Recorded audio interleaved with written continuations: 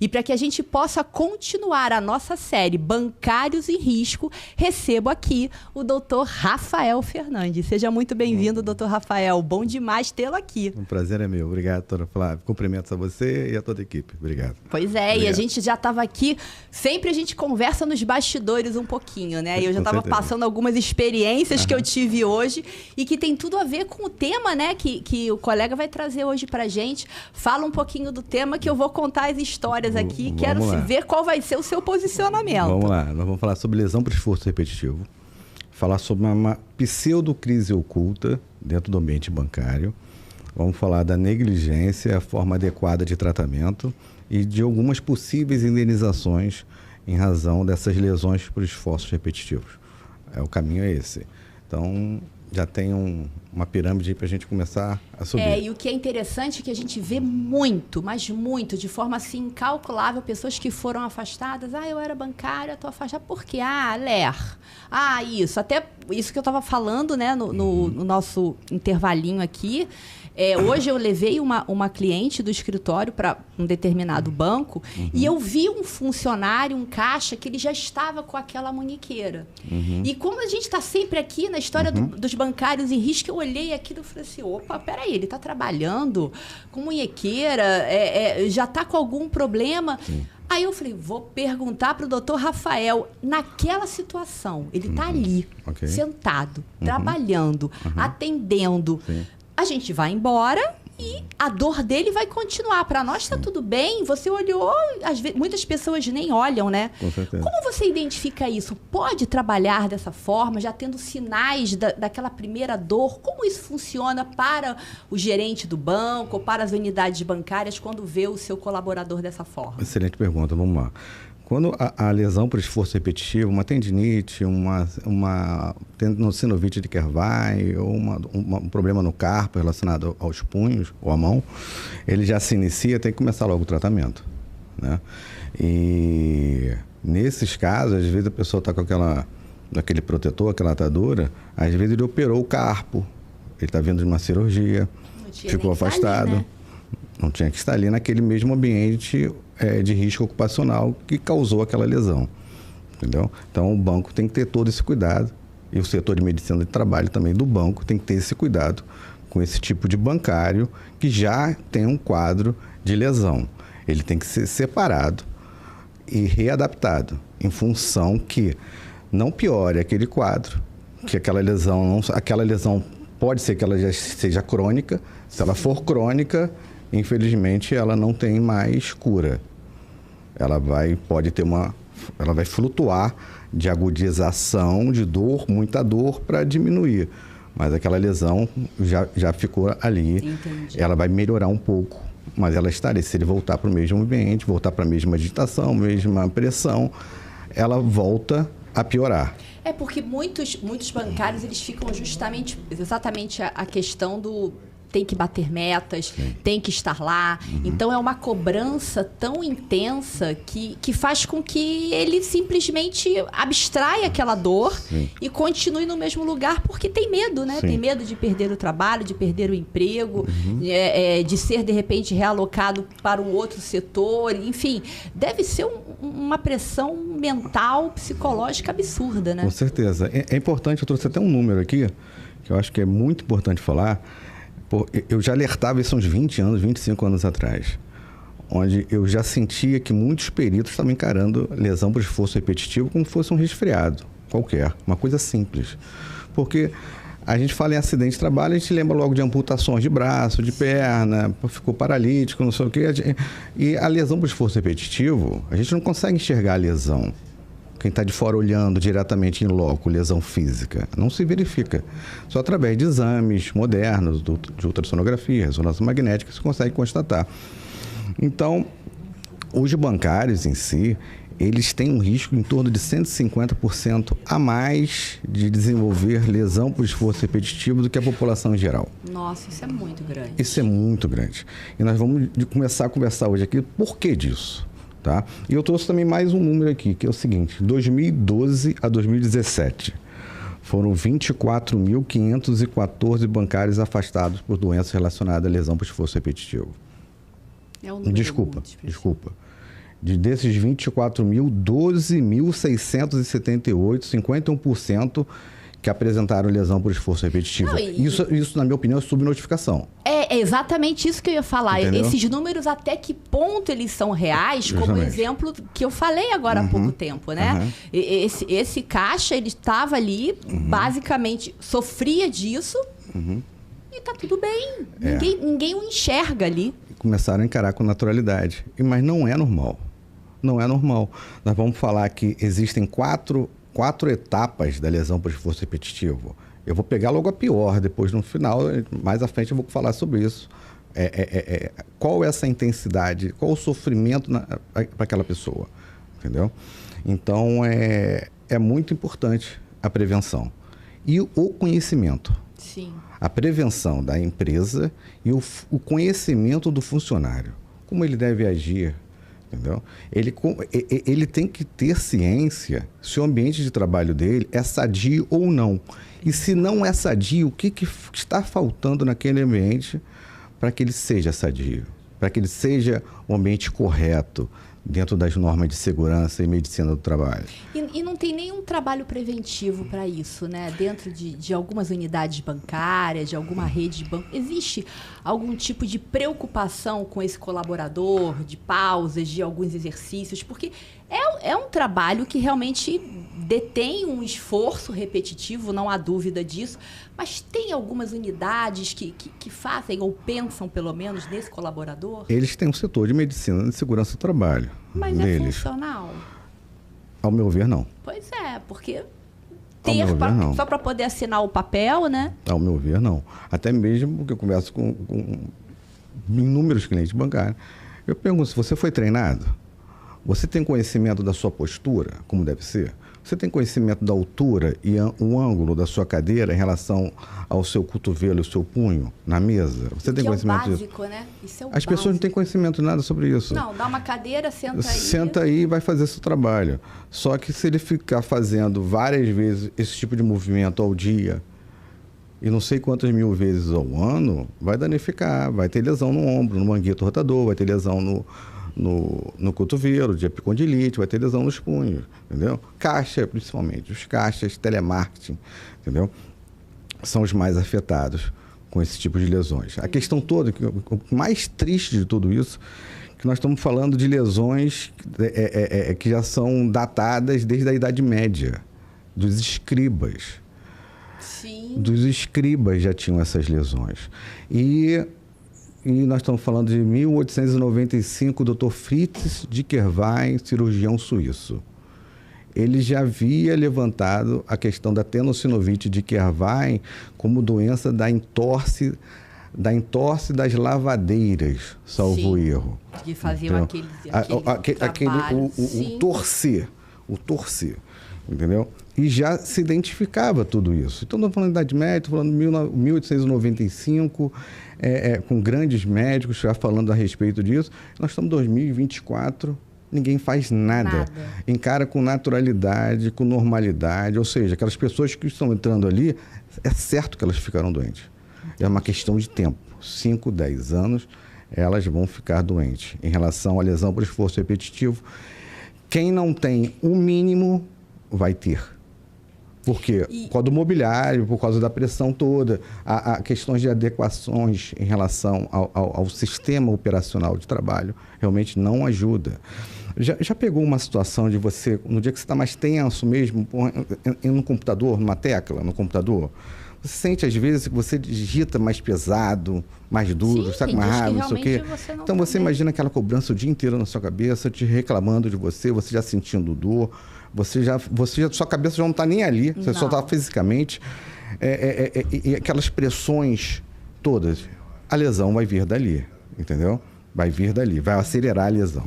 E o profissional, né, o caixa, ou as pessoas os colaboradores que realmente estão iniciando, percebendo, né, que tem um mínimo de consciência, está doendo, já tem alguma coisa. O que faz? Procuraria já um profissional médico, independente do banco e apresentaria um laudo ou procura já um advogado para que o oriente a ter um afastamento de qualidade, que não fique naquele desespero de busca previdência, não busca, enfim...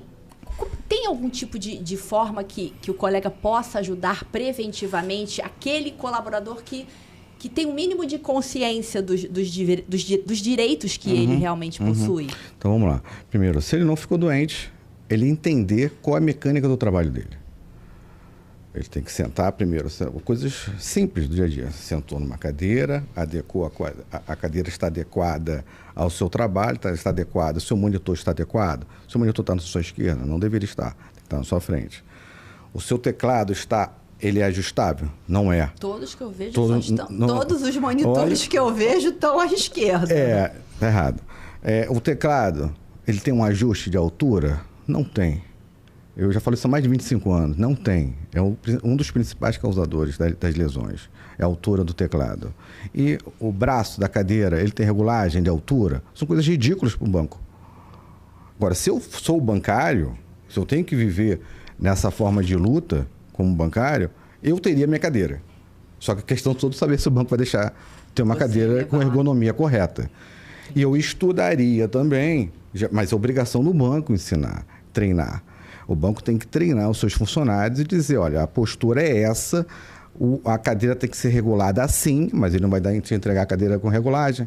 Claro. Só regulagem onde eu coloco o pé no chão? Não. Eu quero um apoio para meus pés, eu tenho que ter uma regulagem nos meus cotovelos aqui. Eu não posso... Isso aqui é meu ambiente de trabalho, estou sentado aqui, eu não posso trabalhar aqui assim. Aqueles apoios de pés que a gente... fica com o pé levemente, sim, né? Para você não forçar muito sua lombar, sua coluna, entendeu? E se você começar a sentir dor, você vai ficar irritado. Você que fica irritado, você vai fazer pressão ainda maior no teclado e no que você estiver fazendo. Então, a lesão por esforço repetitivo, ela vai acelerar, entendeu? Claro. Então, ela vai acelerar. E aí vem um monte. Aí é LER, aí são problemas psicológicos, chega mal-humorado em casa... O problema, ele se expande de tal forma, né? Porque acaba tomando conta da família e... Sim. Meu Deus, que caos, né? Se chegar ao grau 4 da lesão, aí é insuportável. Aí você não dá para trabalhar. Aí você não consegue dormir mais. Porque aquela dor constante... É intensa. Se eu já peguei casos, se eu pegar uma caneta dessa sua, puser minha mão aqui debaixo, e alguém bater uma marreta na minha mão, a caneta enterrar... Na minha mão eu não sinto mais dor, perdeu o tato, perdeu a sensibilidade. Até a lesão se espalhar para a questão neurológica. Mas só que ninguém fala sobre isso, ninguém está preocupado sobre isso, nesse tipo de assunto. Entendi. E eu vejo todos os dias, há décadas eu assisto isso, e as pessoas cada vez piores, ou são demitidas por um outro problema, que são demitidas doentes. Aí, exatamente. Esse era o próximo passo. Aí é um outro problema. Doente. Com essa doença. Com essa covardia. E muitas daquelas que são pessoas com históricos no banco de doença. Mas o banco não está nem aí para elas. Não está nem aí. É um número 1, 2, 3, 4, 0, 1, não sei o quê, rua. Tá doente? Rua. E a cadeira que ele usou já está para o outro. Vai para o outro que vai ficar doente também. Entendi. Porque o gerente geral lá, ele vai sofrer... do superior dele, que ele tem que bater a meta com a equipe dele. Então, ele vai repassar isso para todos os outros. Você estando doente ou não, você vai ter que cumprir. Então, você imagina, você entra gozando de plena saúde, você fica doente, você se afasta, correto, né? Você se afasta de forma correta, vai tratar da sua saúde, você volta, ok, voltei, e aí? Pô, tá voltando de doença. Está voltando de doença, vai fazer o quê? Ah, não pode. A INSS fala, não, ele não pode fazer movimento repetitivo. Vai fazer o quê no banco? Vai para o caixa eletrônico lá na frente. Trabalhar, posso te ajudar. Que é aquele atendente que nós falamos da outra vez, né? Bota a roupinha do posso te ajudar. Então, você imagina você com 30 anos, 35 anos, de trabalho no banco, sem querer desmerecer ninguém, claro. Longe disso, você ir para o posso te ajudar e você continua fazendo movimento repetitivo. Mas isso desmerece o próprio profissional. Sim. Muito, sim, porque sim. ele sabe o tamanho da capacidade, Sim. como ele entrou no Sim. banco e ele foi lá jogado para escanteio, não posso te ajudar. Acabou com a carreira. Acabou com a carreira. A carreira dele acaba ali. Aí ele vai ter que tentar sobreviver àquilo ali, porque ele dedicou a vida toda àquilo ali.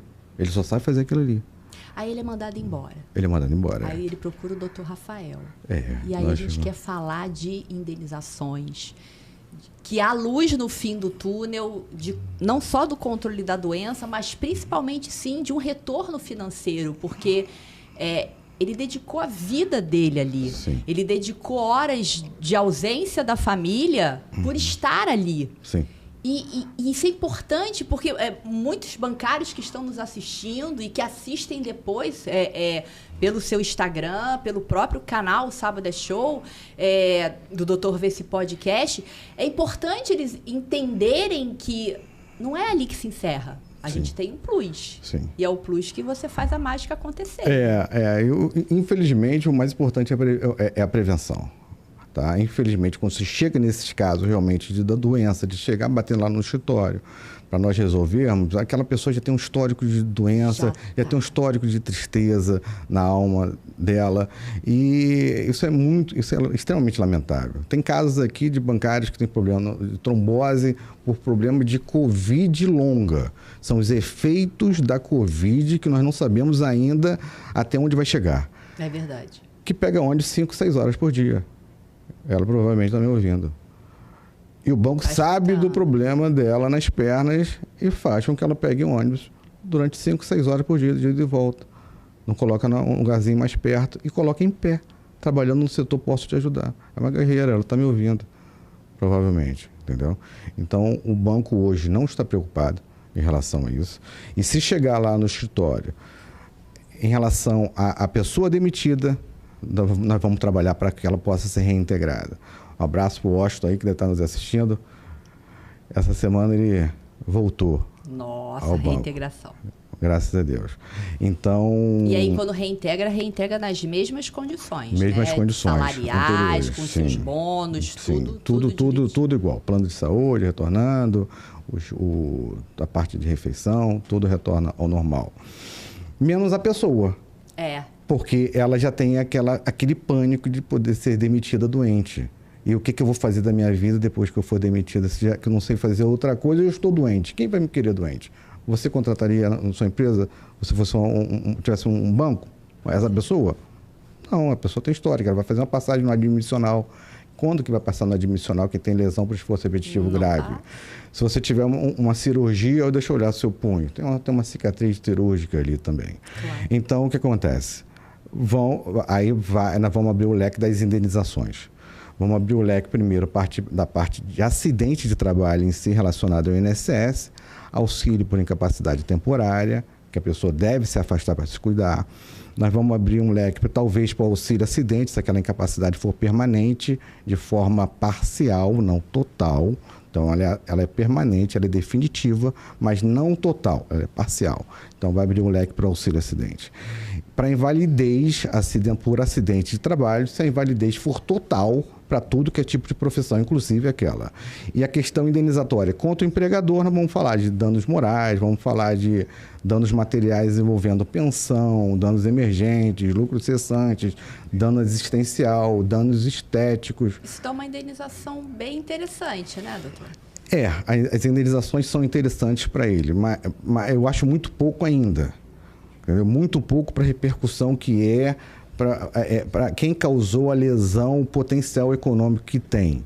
Então, eu acho que muitas das vezes não cumpre o papel do Instituto, por exemplo, dano moral de 30 mil para quem está incapacitado totalmente para exercer sua função. Isso é irrisório. É irrisório. É irrisório. Entendeu? Mas tem outras indenizações que, somando, pode dar uma quantia realmente maior, mas merecem muito mais. Entendeu? Mas é um caminho, tipo uma luz no fim do túnel, entendeu? Para eles. E o mais importante é que nunca realmente chegue a isso. É que a prevenção seja realmente adotada para aquela pessoa não ficar doente, como eu falei aqui, de casos que eu já tive no escritório, de a pessoa dormir em pé. Eu lembro disso, isso tem uns 25 anos. Doutor, sabe como é que eu durmo? Eu durmo em pé. Você dorme em pé como? Eu abro a freezer, a parte de cima, uma duplex, eu coloco o meu braço lá dentro para anestesiar e durmo em pé. Entendeu? Gente, então as pessoas não têm noção do que seja isso. Não tem noção. Não tem essa noção e que as pessoas também não estão preocupadas. Entendeu? Então tem que ter cobrança em relação. Isso que o Ministério Público do Trabalho nos ouça também, tem que ter cobrança em cima do setor médico do trabalho da empresa. Exatamente. Eu acho que muitas vezes o Ministério Público do Trabalho, ele foca em determinadas situações que talvez sejam mais midiáticas do que normalmente esse público que está gritando por socorro e não é ouvido, né? Sim, com certeza. Porque cada dia mais está piorando. Isso vem piorando. As cobranças são maiores, o número de pessoal nas agências são menores, as agências estão fechando. Onde tinham, de repente, 10, 15, hoje tem 5, 6. Então, já tinha aquela sobrecarga grosseira, aquela cobrança grosseira com 10, 15, agora com 5, 6, triplicou. Não, isso a cobrança. Verdade. Eu vi isso hoje. Eu estava numa agência bancária muito grande e foram vários idosos aonde eu estava reclamando que a outra agência muito próxima simplesmente só tinha um vigilante. Então, assim, e eram próximas. Então, claro, não vale a pena manter aquela. Então, que a outra que está mais próxima receba esses usuários do banco e é claro que está sobrecarregando todos os caixas. E estava cheio e tinham 3, sendo que um deles estava com uma atadura. Com a atadura. Na mão. Trabalhando. E o outro estava muito irritado, porque tinha acabado de tomar uma bronca de um senhor de idade, porque estava irritado com a outra agência que só tinha o vigilante. Sim. E aí você faz o quê? Você imagina só. Engole seco. Ele está trabalhando sentindo dor, provavelmente. E cada vez mais dor. Eu me comovi tanto quando eu vi, porque nessas nossos encontros, né, aqui semanais, a gente começa a aprender e ter outra visão do lado de lá do caixa. Sim. Né? Então, é tão importante a sua fala para que nós, que não somos bancários, possamos entender. Então, eu hoje, de verdade, eu já chego numa agência bancária quando é necessário ir, já com um sorriso no rosto, e ele tá, normalmente o caixa, homem ou mulher, tá um pouquinho fechado. No final, já tá sorrindo. Então, assim, eu consegui trazer alguma diferença ali para ele. Ele pode estar até com dor, mas pelo menos aquele atendimento foi diferenciado, né? Não, com certeza. Então, é muito complicado isso. E quando a gente fala do Ministério Público do Trabalho, por que não ter uma fiscalização? Constante. Né? Onde a gente pode denunciar? É possível fazer denúncias? Eu acredito que diretamente pelo número do Ministério Público do Trabalho. É só você entrar hoje no Google que a gente consegue levantar esse número e fazer uma denúncia sobre isso, sobre aquilo. A questão toda é quem vai fazer. Pois é. Entendeu? E, na verdade, tem que haver uma representação forte para que realmente o pessoal possa agir e poder proteger essa categoria. E tem outras categorias também que são muito sofridas, dos enfermeiros, dos vigilantes, da construção civil. Fala de bancários são também, porque é a sua especialidade, mas isso é verdade. Eu estou falando das quatro são os campeões, até onde eu sei, de afastamento previdenciário por acidente de trabalho. Os bancários, os vigilantes também são muito sofridos, os enfermeiros são muito sofridos e o pessoal da construção civil também, que às vezes tem um nível de instrução bem inferior e faz com que os acidentes ocorram com mais facilidade, acidentes gravíssimos também. Mas vamos voltar ao nosso assunto dos bancários. E essa preocupação tem que existir. Tem que haver uma fiscalização realmente digna do trabalho de todos eles. E agora nós estamos caindo para o lance da questão da informatização também dos bancos. Então, a tendência é que algumas agências talvez venham a fechar, piorando ainda mais os poucos que vão ficar, como nós estamos falando agora há pouco. E eu quero ler realmente o efeito do 4º grau. Eu quero chamar a atenção, eu não quero chocar ninguém, mas eu quero que isso aqui seja dito, fique registrado, porque eu já vi esse tipo de dor, de gente que tem que ter uma bomba de morfina no pescoço. Nossa, então conta pra gente isso. Então vamos lá. O 4º grau. Dor presente em qualquer movimento da mão. Dor após atividade com o mínimo de movimento. Dor em repouso e à noite. aumento da sensibilidade, perda de função motora, dor intensa contínua, por vezes insuportável, levando o paciente a intenso sofrimento. Os movimentos acentuam consideravelmente a dor, que em geral se estende a todo o membro afetado. Os paroxismos de dor ocorrem mesmo quando o membro está imobilizado. Nós estamos falando de um membro imobilizado, nós vamos falar agora há pouco. A perda de força e a perda de controle dos movimentos se fazem constante. Perde de força do membro e o movimento e tato. Eu já descrevi aqui alguns casos de mãe querendo amamentar e não tinha força para amamentar o filho, para segurar no colo. Então, as minhas clínicas antigas sempre narraram que elas tinham que apoiar o neném nas pernas para poder amamentar. Então, continuando. O edema é persistente e podem aparecer deformidades, provavelmente por processo fibrótico, reduzindo também o retorno linfático. As atrofias, principalmente dos dedos, são comuns. Aí começa a lesão de dedo em gatilho. Os dedos começam a travar, os tendões começam a travar. Então, começam a haver deformações nas mãos. Tá? A capacidade de trabalho é anulada. E os atos da vida diária são também altamente prejudicados. Nesse estágio, são comuns as alterações psicológicas, com quadros de depressão, ansiedade e angústia. Esse é o último grau do prognóstico da lesão por esforço repetitivo. E nesse grau, se possível buscar um pensionamento? Nesse grau, eu entendo que a lesão já é crônica, tá? Ela é permanente. Se consegue buscar, sim, uma pensão, um dano moral, talvez um dano até existencial para aquela pessoa, porque o sofrimento é extremo. E talvez danos emergentes, lucros cessantes. Eu vislumbro inúmeras indenizações possíveis nesse grau. E aí, doutor Rafael, a pergunta que não quer calar, né? A gente sabe que nós temos aqui um número infinito de pessoas que o acompanha, não só na sua rede social, aqui diretamente do canal do YouTube, do Sábado é Show, nesse Doutor Vê Se Podcast, esse podcast incrível. E as pessoas se identificam muito com aquilo que o colega traz, com as dores que apresentam e que é possível, sim, ter aí um ganho financeiro que não vai apagar toda essa dor, sim, mas vai amenizar, pelo menos, o ambiente na qual ele vive. Sim. E aí, como é que a gente consegue encontrar o Dr. Rafael Fernandes, a não ser nas quintas-feiras aqui no Dr. Vê Se Podcast? Vamos lá. Mas para falar diretamente com o colega, como nós encontramos. Vamos lá. Então, o meu Instagram é rafaelfernandes.advogado, tá? É o mais fácil de me encontrar. E o que eu ia te dizer mais? Eu ia te dizer mais em relação botar lá no Google, pode falar Google? Pode. Agora eu já falei. Se botar lá, fizer uma pesquisa nos canais de pesquisa, aparece. Vai aparecer não só o Dr. Rafael, como diversos artigos publicados exatamente sobre isso, né? Temos artigos publicados sobre isso. Esse ano, se Deus quiser, vou falar aqui, nunca falei, teremos publicações de alguns livros nossos a respeito de acidente de trabalho. E temos também novidade para a semana que vem. Oba! Que posso falar? Não sei. Pergunta para a produção. Pode, produção? Pode falar?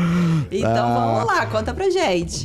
Vamos participar do programa, nosso programa Casos e Descasos. Uau! Na Rede TV, nosso programa de televisão. Inaugura semana que vem, no sábado. E para levar informações aí o pessoal que precisa, meio-dia, meio-dia e 30. Na Rede TV, meio-dia, meio-dia e 30, programa Casos e Descasos com o Dr. Rafael Fernandes. Isso aí. Agora bacana. Sim, cada vez mais a expansão da voz e para que os bancários vejam que há luz no fim do túnel. Se Deus quiser. Extraordinário, Obrigado. Parabéns. Obrigado. Então, você aí, vamos ver um pouquinho? Vamos ver um pouquinho aí? Eu quero assistir.